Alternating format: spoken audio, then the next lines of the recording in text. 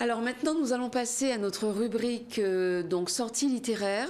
Je vais vous présenter donc des ouvrages donc qui sont parfois sortis déjà depuis quelque temps, mais qui peut-être sont toujours d'actualité et que vous prendrez sans doute plaisir soit à découvrir, soit à redécouvrir. Donc le premier donc s'intitule Jamais sans ma plume, un roman d'anecdotes humoristiques de l'écrivain Silvio Pensdan-Herblon, que tu connais sans doute, Corinne. Je ne sais pas si tu as déjà lu, mais en tout cas, Silvio Pensdan-Herblon sur les réseaux sociaux, notamment sur Facebook, nous fait rire par les anecdotes qu'il raconte. Et vraiment, je vous recommande ce livre qui est donc très intéressant, dans lequel on rit du début jusqu'à la fin. En tout cas, si jamais on a un petit coup de blues et qu'on a envie de se détendre, je recommande donc cet ouvrage qui est paru aux éditions Negmaron. Un deuxième ouvrage qui, lui, donc, est un recueil poétique de Didier Destouches. Alors, en fait, Didier Destouches surprend un peu donc, les lecteurs, dans la mesure où on le connaît essentiellement dans des essais, donc, politiques notamment, et juridiques, puisque c'est un professeur de droit à l'université. Et là, il s'est lancé en poésie, et c'est vraiment un recueil très agréable. Il aime beaucoup donc la forme et le fond, donc il revisite les formes classiques, le sonnet, la ballade, etc. Surtout les sonnets qu'il affectionne particulièrement. Donc je vous recommande ce titre-là, enfin cet ouvrage-ci. Un autre ouvrage d'Ernest Pépin, La veuve aux 1000 rivières, qui est paru aux éditions Calinas. Alors c'est un roman bouleversant parce que le personnage est une personne qui existe réellement dans la vie, puisque Ernest Pépin a choisi de retracer le chagrin d'une de ses amies qui a perdu son époux. Et à travers ce roman, il décrit toutes les phases de deuil par lesquelles le personnage de Denise passe et comment elle a profondément aimé cet homme. Vraiment, c'est un ouvrage que je vous invite à découvrir. Et surtout, ce qui est bien, c'est que non seulement il existe au format papier, mais il existe aussi en version donc audio, puisque la plateforme Une Voix, Une Histoire, donc créée par Manixia Artiteka, a mis en voix donc ce roman donc d'Ernest Pépin. Je vous le recommande, il est très émouvant. Et enfin, un autre ouvrage qui est lui plutôt un essai de Mathieu Gama, Le jour où les Antilles feront peuple. Un ouvrage pour lequel Mathieu fait beaucoup d'interventions, beaucoup de conférences, que ce soit des conférences en ligne ou alors en face à face avec le public. C'est un ouvrage qui pose question, c'est un ouvrage dans lequel il interpelle donc ses lecteurs, guadeloupéen ou pas. Je ne sais pas si tu as eu l'occasion de le lire, Corinne. Je ne l'ai pas encore lu, mais il est dans ma wishlist. Oui. Ah, vraiment, absolument. Je te le recommande. Oui. Parce qu'à travers cet essai, Mathieu Gama demande à ses lecteurs non seulement de considérer l'histoire, mais aussi invite à sortir d'une certaine posture victimaire. Alors évidemment, il y en a qui sont contre, il y en a qui comprennent effectivement ce qu'il entend par là, mais vraiment c'est un ouvrage que je recommande. Il faut savoir que Mathieu est non seulement auteur maintenant, mais il a créé aussi une maison d'édition, et l'ouvrage dont je vous ai parlé tout à l'heure, La veuve aux 1000 rivières, est sorti aux éditions Calinas, édition donc que Mathieu Gama a créé. Nous avons aussi d'autres ouvrages, donc Cahier d'un retour à moi-même, c'est le dernier opus qu'a écrit Fola Gadet, Steve Gadet. Je pense que, ben oui, tu étais là la fois où il a fait la présentation donc, de son ouvrage. Je ne l'ai pas encore lu, mais nous avons assisté, donc Corinne et moi, à la présentation donc, de l'ouvrage. Et à travers les textes qui ont été lus, il donne véritablement envie. Oui. Donc, Cahier d'un retour à moi-même, l'auteur, Fola Gadet, revisite un petit peu tout son parcours, son enfance jusqu'à l'âge adulte, avec pas mal d'étapes de sa vie. Donc apparemment, plutôt le genre poétique. Là aussi, on connaît plutôt Steve dans des essais, dans des le slam romans. aussi, hein. Dans le slam, parce qu'effectivement, c'est aussi un chanteur, c'est aussi un slammer. Mais là, il a écrit cet ouvrage poétique, Cahier d'un retour à moi-même, qui n'est pas sans rappeler Cahier d'un retour au pays natal d'Aimé Césaire. Donc, Cahier d'un retour à moi-même aux éditions donc Negmaron. Prenons au pays donc du sourire par une auteure qui s'appelle Pal Inke, qui est sortie donc aux éditions Nestor. Et ensuite un essai pour lequel l'auteure Marie-Hélène Lomuno a déjà fait quelques conférences. Le titre est assez surprenant. Semeur de sperme, l'autre crime. Le cas de la Guadeloupe, difficile de dire papa. À travers donc cet essai, Marie-Hélène Lomuno va un petit peu parler donc de cet aspect donc des pères, souvent des hommes qui sont pères, on va dire géniteurs de beaucoup d'enfants avec différentes femmes, mais malheureusement qui ont du mal, ces pères, enfin en tout cas ces géniteurs, à établir un lien véritable de paternité et d'affection avec leur progéniture. Donc c'est un essai paru donc aux éditions Nestor. Voilà pour les sorties littéraires. Je voulais aussi parler, donc j'en ai parlé précédemment un petit peu rapidement. Il y a aussi une autre façon donc d'écouter, enfin en tout cas de découvrir notre littérature, c'est à travers cette plateforme d'audio-livres, une voix, une histoire. Aujourd'hui, on n'a plus d'excuses en fait. Les gens qui disent qu'ils n'aiment pas du tout le support livre, le support papier, parce qu'ils n'ont pas le temps. C'est vrai, il y a des gens qui sont chefs d'entreprise, ou alors des personnes âgées qui ne voient plus très bien, ou aussi des enfants qui sont touchés par la dyslexie et qui ont du mal à lire.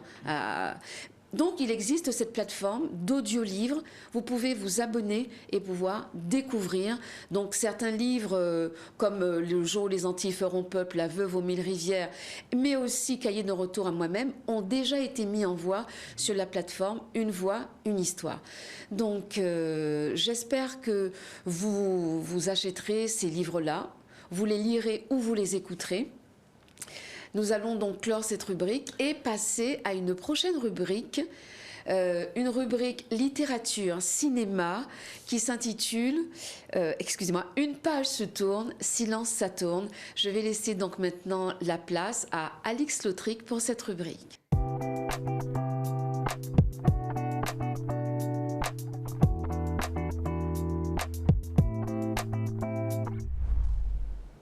Alors bonjour. Bonjour Laure et bonjour Corinne. Bonjour.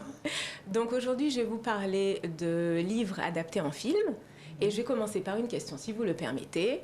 Est-ce que vous savez quel a été le premier livre adapté en film? Alors moi, spontanément, j'aurais pensé à la littérature caribéenne avec La rue Cazenègre. Bon. Non, franchement, je ne vois pas du tout. Je suis curieuse de la réponse.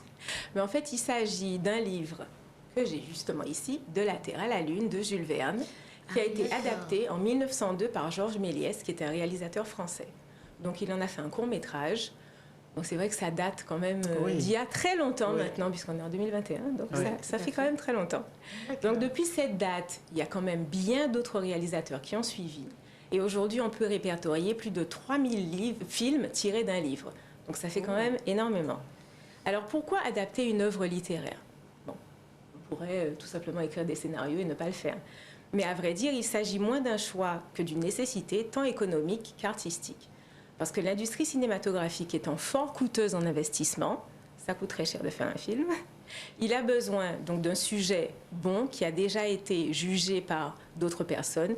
Les producteurs savent à peu près si cette histoire va fonctionner, elle a déjà été lue, le livre existe, on sait s'il a été vendu, à qui le sujet va convenir, et on peut tout simplement l'adapter. En revanche, quand on fait ce genre de choses, il se pose quelques problèmes.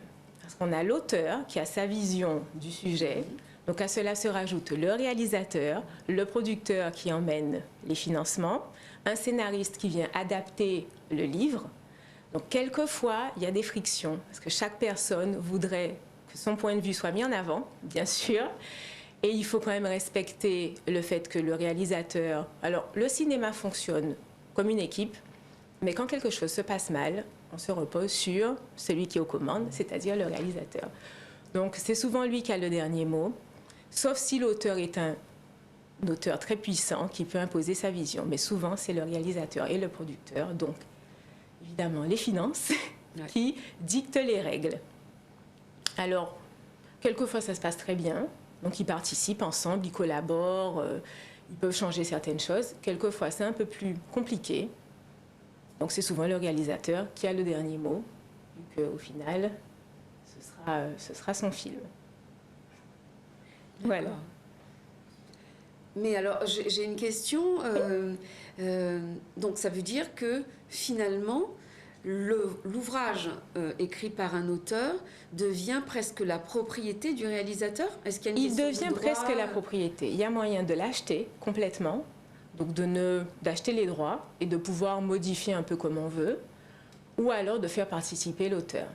Mais c'est vrai que l'intérêt quand même, si on veut acheter une histoire, c'est de la respecter un minimum. Donc ils sont quelquefois pas d'accord sur les acteurs à embaucher, sur quelques changements scénaristiques, mais en gros, il faut, si on achète sur les droits d'un livre, c'est qu'on espère quand même garder voilà, la logique du livre. Et est-ce que tu pourrais nous dire si le fait d'adapter un film fait davantage connaître le livre, ou au contraire, est-ce que ça a tendance à freiner le livre lui-même? Alors en général, il s'agit de livres qui sont déjà sortis précédemment, donc qui ont déjà eu leur vie, voilà, ils ont déjà été exploités. Donc quelquefois, quand ce sont de gros succès hollywoodiens, ça relance complètement le livre, parce que les gens viennent voir le film et se disent « Ah, c'est adapté d'un livre, j'aimerais bien lire le livre à ce moment-là ».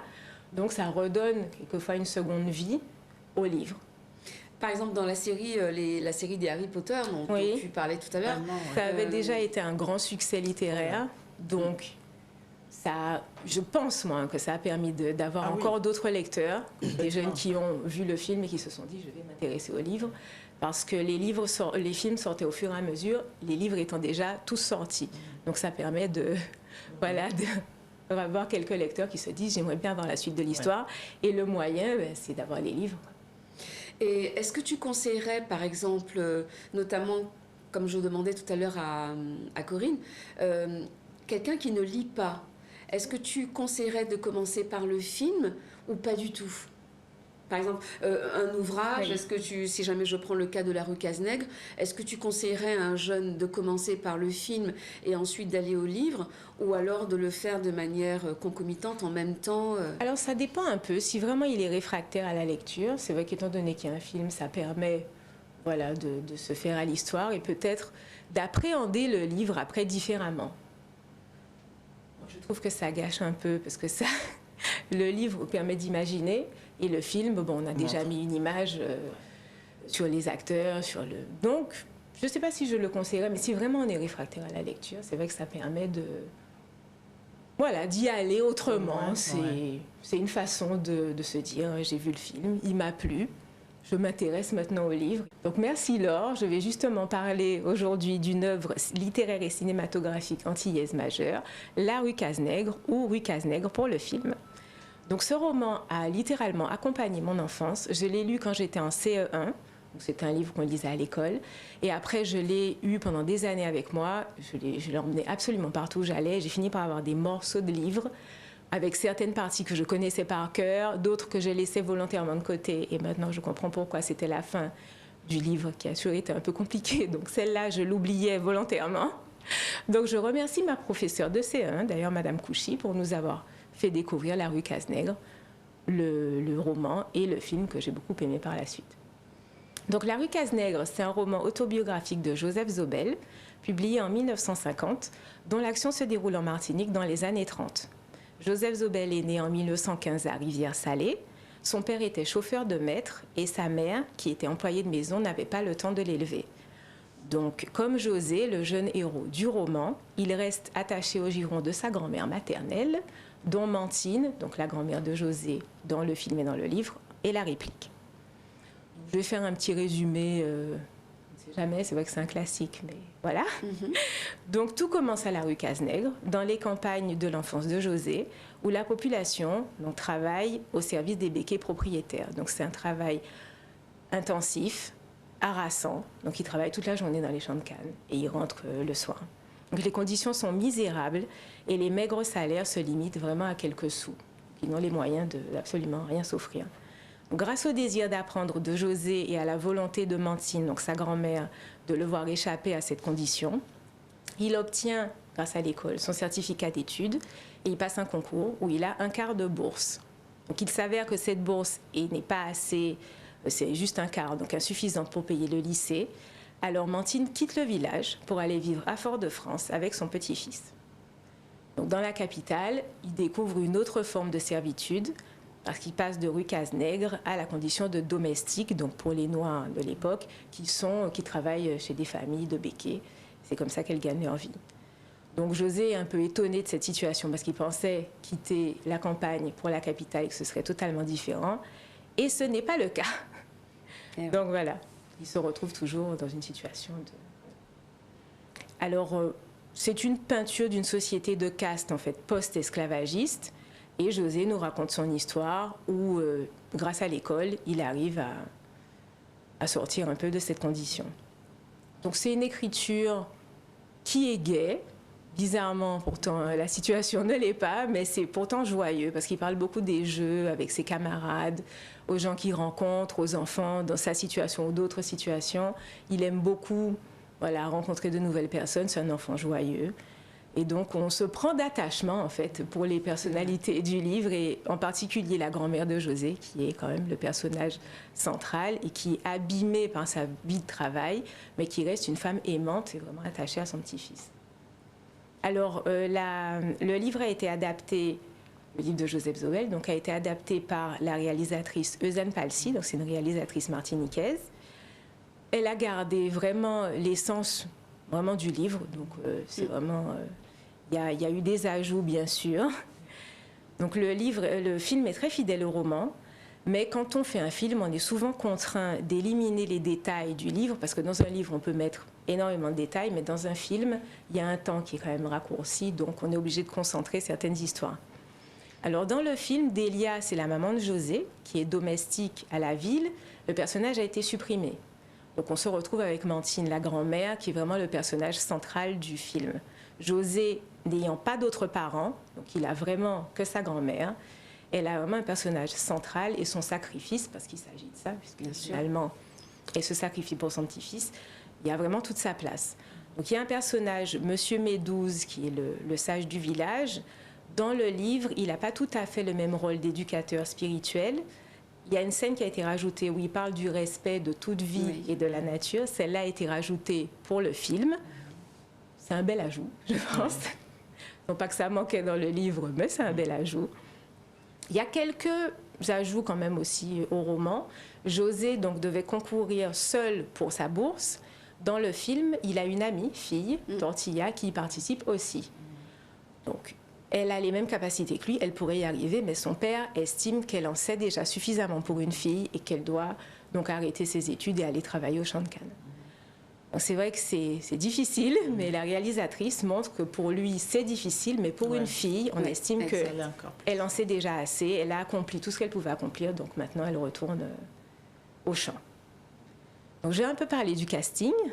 Alors le casting de Mantine, dans un premier temps, le choix de Zane Palsy et de Joseph Zobel se porte sur Jenny Alpha, qui était une actrice martiniquaise, parce qu'elle ressemblait plus à Mantine décrite dans le roman.